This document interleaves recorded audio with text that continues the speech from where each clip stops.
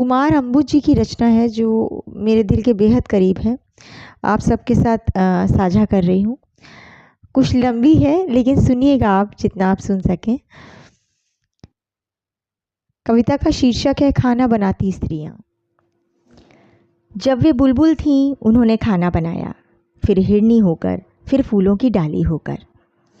जब नन्ही धूप भी झूम रही थी हवाओं के साथ, जब सब तरफ फैली हुई थी कुनकुनी धूप, उन्होंने अपने सपनों को गूथा, हृदयाकाश के तारे तोड़कर डाले, भीतर की कलियों का रस मिलाया। लेकिन आखिर में उन्हें सुनाई दी थाली फेंकने की आवाज़। आपने उन्हें सुंदर कहा तो उन्होंने खाना बनाया, और डायन कहा तब भी। बच्चे को गर्भ में रखकर उन्होंने खाना बनाया, फिर बच्चे को गोद में लेकर उन्होंने अपने सपनों के ठीक बीच में खाना बनाया।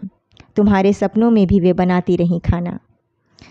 पहले तनवंगी थीं तो खाना बनाया, फिर बेडौल होकर। वे समुद्रों से नहाकर लौटीं तो खाना बनाया, सितारों को छू कर आईं तब भी।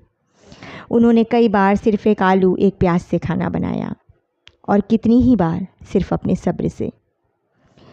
दुखती कमर में, चढ़ते बुखार में, बाहर के तूफान में, भीतर की बाढ़ में उन्होंने खाना बनाया।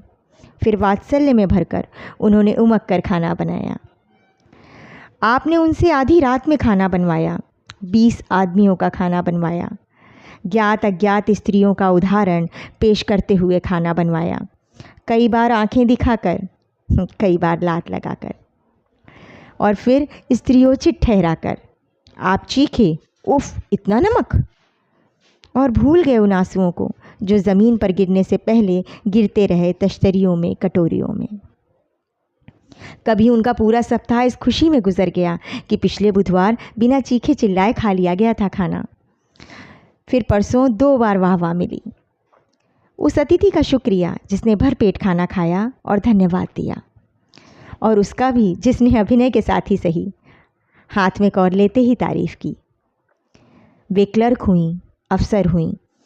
उन्होंने फर्राटेदार दौड़ लगाई और सितार बजाया, लेकिन हर बार उनके सामने रख दी गई एक ही कसौटी। अब वे थकान की चट्टान पर पीस रही हैं चटनी, रात की चढ़ाई पर बेल रही हैं रोटियां। उनके गले से, पीठ से, उनके अंधेरों से रिस रहा है पसीना। रेले बह निकले हैं पिंडलियों तक, और वे कह रही हैं यह रोटी लो, ये गरम है। उन्हें सुबह की नींद में खाना बनाना पड़ा, फिर दोपहर की नींद में, फिर रात की नींद में, और फिर नींद की नींद में उन्होंने खाना बनाया। उनके तलुओं में जमा हो गया है खून, झुकने लगी है रीढ़, घुटनों पर दस्तक दे रहा है गठिया। आपने शायद ध्यान नहीं दिया, पिछले कई दिनों से उन्होंने बैठकर खाना बनाना शुरू कर दिया है। हालांकि उनसे ठीक से बैठा भी नहीं जाता है। बहुत बहुत शुक्रिया।